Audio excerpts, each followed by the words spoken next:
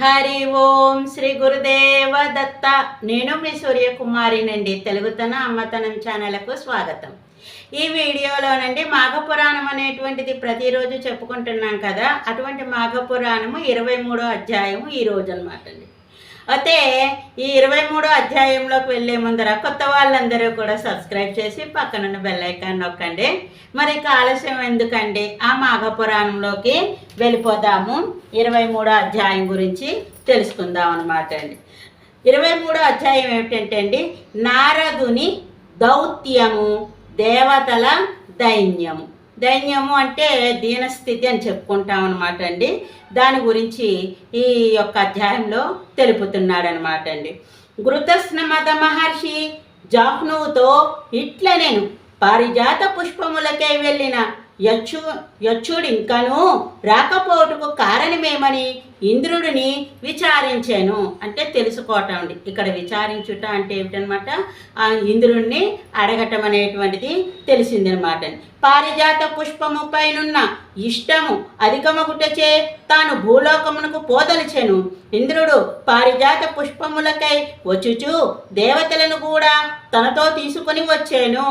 ఆ ఇంద్రుడు ఒక్కడే కాకుండా అండి, దేవతలు కూడా తనతో రావటం అనేటువంటిది జరిగిందనమాట అండి. దేవతలను కూడా తీసుకుని వచ్చారు. సువాసనలను విరజిమ్ముచున్న పారిజాత పుష్పములను చూచి ఇంద్రుడు దేవతలు మహోత్సాహముతో పారిజాత పుష్పములను కోసిరి. మహోత్సాహముతో, ఉత్సాహం అంటే అధికంగా అంటే సంతోషాన్ని కలిగి ఎక్కువ సంతోషంతో అని కూడా చెప్పుకోవచ్చు అనమాట అండి. ఆ పారిజాత పుష్పాలను కోశారు. పారిజాత వృక్షముని స్వర్గమునకు తీసుకొని పోదల్చిరి. అంటే భూలోకంలో కాకుండా స్వర్గానికి తీసుకెళ్ళిపోదామని చెప్పి అనుకున్నారనమాట అండి. ఆ మహోత్సాహంలో శ్రీహరి పూజ నిర్మాల్యమును పాదములతో త్రొక్కి దాటిరి.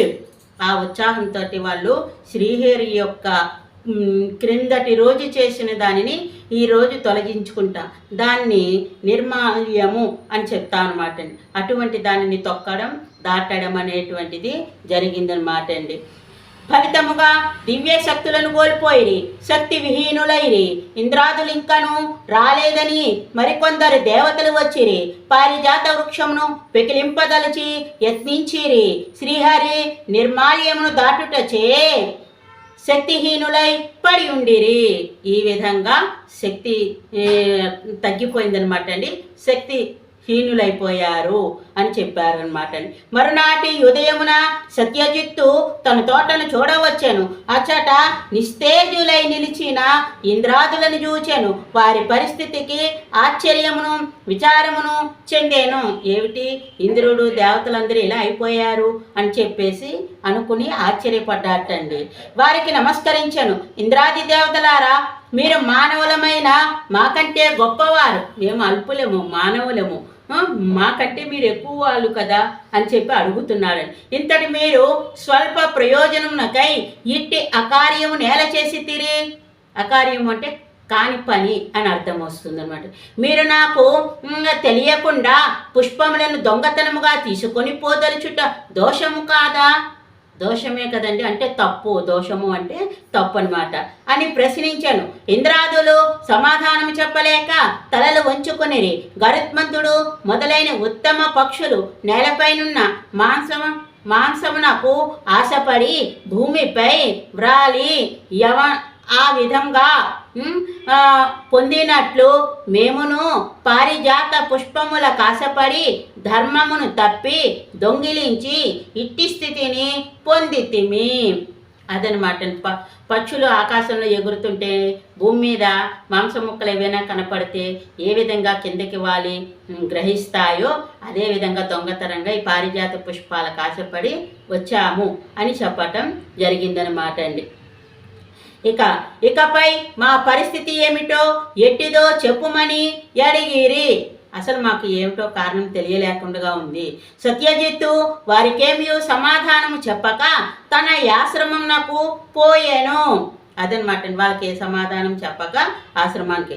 ఇంద్రుడు మొదలగు వారు ఆహారము లేక దుఃఖపడుచు అచట 11 దినములుండిరి. అంటే 11 రోజులు. దినము అంటే రోజునమాట అండి. వారికి ఆ కాలమున అమృతాహారము లేదు, అమృతమైనటువంటి ఆహారము లేదు. కామధేనువు ఇచ్చు మధుర క్షీరమును లేదు. కల్పవృక్షము చింతామణి ఇచ్చునట్టి పుష్టికరములైన భక్ష్య భోజ్యములు లేవు. మిక్కిలి దీనులై ఉండిరి. సత్యజిత్తును దేవతల దురవస్థకు విచారించెను. తాను జల్లిన శ్రీహరి నిర్మాల్యమును తొలగించెను. తానేమి చెయ్యవలెనో దేవతల దుస్థితి తన వలన ఏర్పడినది ఎట్లు తొలగునో తెలియక దీనులయ్యున్న దేవతలపై జాలిపడేను. ఏం చెయ్యాలో తోచలేదన్నమాట అండి. జాలి పడతాం కదా మనం కూడాను, అదనమాట. శరణ్యుడైన శ్రీహరిని యథాపూర్వముగా పూజించుచు తనును భార్యయు నిరాహారులయుండిరి. అంటే ఆహారం తీసుకోకుండా ఉన్నారన్నమాట అండి. ఈ విధముగా సత్యజిత్తు కూడా 11 దినములు నిరాహారుడై శ్రీహరి పూజను మానక శ్రీమన్నారాయణి తలుచుచుండెను. ఆకలితో నీరసంతో మనం అయితే మానేస్తామండి, కానీ ఆయన 11 రోజులు కూడా మానకుండా ఆ శ్రీహరిని పూజించటం అనేటువంటిది జరిగిందనమాట అండి. అయితే త్రిలోక సంచార్యగు నారదుడు ఆకాశమును తిరుగుచు దేవతల దురవస్థను గమనించెను. అంటే ఆ యొక్క నారదుడు ఆకాశం సంచారం చేస్తూ ఈ యొక్క దేవతల దురవస్థను తెలుసుకోవటం జరిగిందనమాట. వారికి ఎట్టి సహాయం చేసినా వారి దురవస్థ పోవునో అతనికి తెలియలేదు. ఏ సహాయం చేస్తే వాళ్ళ యొక్క ఈ స్థితి నుంచి తొలగింపబడతారో నారదుడు కూడా అర్థం కాలేదుటండి. తిన్నగా శ్రీహరిని చేరబోయెను. అంటే ఆ విష్ణుమూర్తి దగ్గరికే వెళ్ళబోయెను. నారదుడును శ్రీహరికి నమస్కరించి ఇట్లు స్తుతించెను. ఆ శ్రీహరి దగ్గరికి వెళ్ళటం, ఆ నారదుడు శ్రీమన్నారాయణ్ణి స్తుతించటం అనేటువంటిది జరుగుతోంది. ఏ విధంగా స్తుతిస్తున్నాడో చూద్దామండి. నారద కృత విష్ణు స్తుతి ఆర్తత్రాణపరాయణాయ భవతే నారాయణాయాత్మనే గోవిందాయ సురేశ్వరాయ హరయే శ్రీ సాయ చేసాయ చ మిత్రానేక హిమాంసు పావక మహాభవాసాయ సౌఖ్యప్రదే శ్రీమత్పంకజపత్ర నేత్ర విలసత్ కృష్ణాయ తుభ్యం నమః అచ్యుతాయాదిదేవాయ పురాణ పురుషాయ చ సర్వలోక నిధనాయ నమస్తే గరుడధ్వజ నమోనంతాయ హరాయ క్షీరసాగరవాసినే భోగీంద్రతల్పశయన లక్ష్మ్యాలింగిత విగ్రహ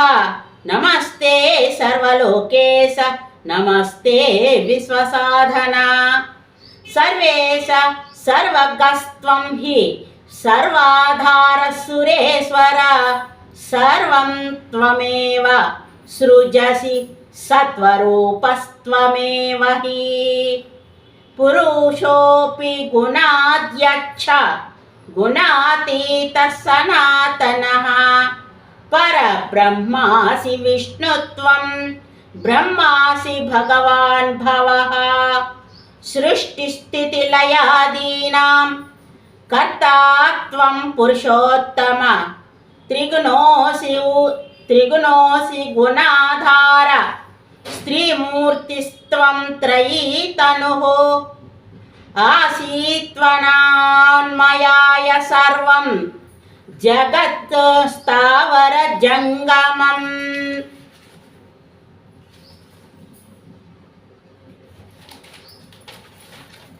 త్వమేవ వైకార్ణవే జాతే జగత్యస్మిన్ జగత్పతే జగత్ సంహృత్య సకలం శేషః శేషాంగ సంశ్రయః త్వం వ్యాప సర్వత స్థిత్వా భానే వహానే తు భాసకః త్వమేవ సర్వలోకానాం మాతా త్వం వా పితా విభో గురుస్త్వం సర్వభూతానాం శిక్షకః సుఖదాయకః ప్రతిష్ఠితమిదం సర్వం పూర్ణం స్థావర జంగమం ప్రసీద పాలయ విభో నమస్తే సురవల్లభ.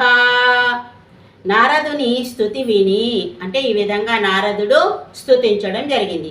సర్వజ్ఞుడగు శ్రీహరి ఏమియు ఎరుగని వాని వలె నారద స్వాగతం. ఇప్పుడెందులకి స్తుతి?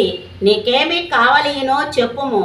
ఏమి చేసినా నీకు సుఖము అగునో అది ఎట్టిదైనను దేవాసురులు సాధింపజాలనిది అయినను నీకు సమకూర్చెదనని చెప్పుమని అడిగాను. అదనమాట అండి. నారదుడికి నీకు ఏదైనా సమకూర్చుతాను అని విష్ణుమూర్తి చెప్పడం జరిగిందనమాట అండి. నారదుడు తల వంచి ఇంద్రాదులు చెడు పనిని చేసి ఆపదల పాలైరి. భూమి యందు పారిజాతమను వృక్షం ఒకటి కలదు. దాని పుష్పముల సౌందర్య సువాసనలకు విస్మితులై వాని ఇష్టపడిరి. అంటే పూల యందు ఇష్టం అనేటువంటిది ఏర్పడింది. ఆ పుష్పములను ప్రతిదినము దొంగిలించుచుండిరి. దొంగతనంగా తీసుకెళ్ళిపోతాయి. అందుకోసమే పూజకు మనం దొంగతనంగా పూలు అనేది తెచ్చుకోకూడదుటండి. ఆ పుష్పములకై మిక్కిలి ఇష్టపడిన రంభ మొదలగు అప్సర స్త్రీల కోరికను తీర్చుటకై ఇంద్రుడు దేవతలతో పాటు వెళ్ళి ఆ పారిజాత వృక్షము వద్ద ఆ అగ్ని సమీపమున రెక్కలు కాలిపడిన మిడుతుల వలె దేవతాగణముతో పడి ఉన్నాడు. ఈ దేవతలతోటి పడి ఉండటం జరిగింది. అమృతాహారులైన ఇంద్రాది దేవతలు 11 దినముల నుండి నిరాహారులై దీనులై పడి ఉన్నారు. 11 రోజుల నుంచి వాళ్ళకి ఆహారం లేదు, దీనులై పడి ఉన్నారు అని చెప్పాడనమాట. భగవాన్ శ్రీమన్నారాయణమూర్తి నీవిప్పుడు వారిని దయయుంచి రక్షింపవలయునని నారదుడు కోరెను. నువ్వు దయతోటి వాళ్ళని రక్షించాలి సుమా అని చెప్పడం జరిగింది. నారదుని మాటలను విని శ్రీహరి నారద అమృత కలశము నుండి తొనికి పడిన 2 బిందువుల అమృతమే పారిజాత వృక్షముగాను తులసిగాను అయినది. అనగా ఆ 2ను అమృతం నుండి పుట్టినవి. 2 మిక్కిలి పవిత్రములు. సత్యజిత్తును వాడు ఆ మొక్కలను సంరక్షించెను. తుదకు అది ఒక మనోహరమైన పుష్పవాటిక అయ్యను. అదనమాట అండి. సత్యజిత్తు అనేటువంటి వాడు రక్షించి ఆ పుష్పవాటికి కింద తయారు చేశాడు అని చెప్తున్నాడు. సత్యజిత్తు ఆ పుష్పములను దళములను అమ్మి ఆ ధనముతో దరిద్రులను ఆర్తులను పోషించి తరువాత కుటుంబమును పోషించుకొనిచుండెను. ఆ లాభానంతా తను ఒక్కడే తినట్లేదుటండి. దరిద్రులైనటువంటి వాళ్ళందరికీ సహాయపడి ఆ తర్వాత తన యొక్క కుటుంబాన్ని సంరక్షించుకుంటున్నాడు, పోషించుకుంటున్నాడు అని చెప్పారు. నన్ను పూజించుచుండెను అంటే శ్రీమన్నారాయణ్ణి ఇట్టి యుద్ధమునికి దీనులకును జీవనాధారమగు పుష్ప సంపదను త్రిలోకాధిపతియగు ఇంద్రుడు నిత్యము తన సుఖమునకై అపహరించేను. అంటే తన సొంత సుఖాని కోసము అపహరించడం అనేటువంటిది జరిగింది. చివరి కాధీనుడగు సత్యజిత్తు